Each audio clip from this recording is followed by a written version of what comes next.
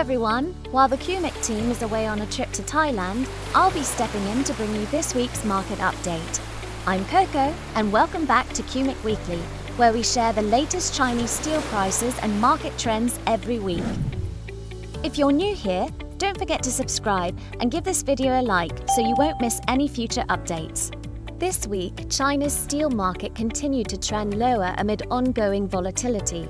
At the beginning of August, rebar futures fell below the key RMB 3,000 per ton level, hitting a low of RMB 2,968 per ton, the lowest price since late June 2025.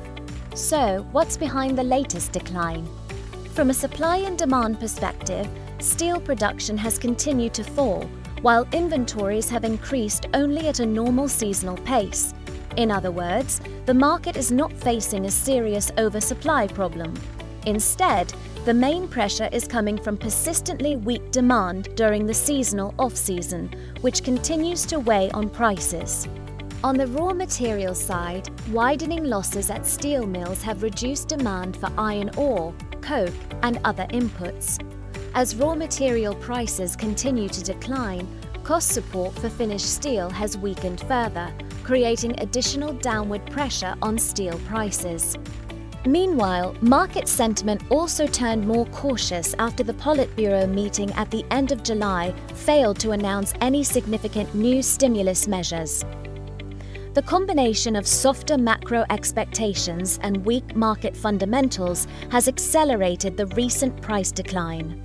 Compared with last week, China's apparent steel demand decreased by 200,000 tons, steel production declined by 123,000 tons, and total inventories increased by 173,000 tons. Overall, both supply and demand remain weak. Although inventories continue to build, the pace remains in line with normal seasonal patterns. This suggests that the current fundamentals are unlikely to trigger a sharp, sustained sell-off, but they are also not strong enough to support a meaningful recovery. Looking ahead, steel demand is expected to improve gradually as seasonal conditions become more favorable, but the recovery is likely to be modest. Hot metal production is expected to remain at relatively low levels, while raw material supply is still likely to be ample. Overall, China's steel market is expected to remain volatile with a bearish bias in the short term.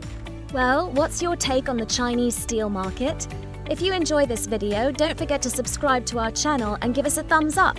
Just hit the subscribe and like buttons right here. See you next week. Bye-bye.